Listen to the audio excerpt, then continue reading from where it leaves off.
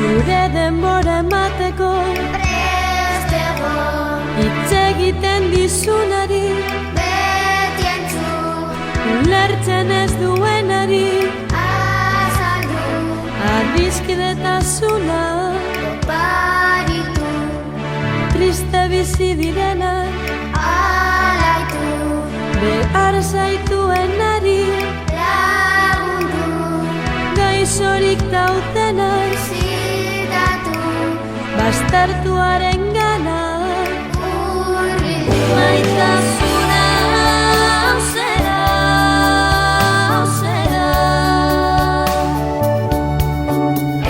Maitasuna hau zera, hau zera. Maitasuna hau zera, hau zera. Maitasuna hau zera, hau zera.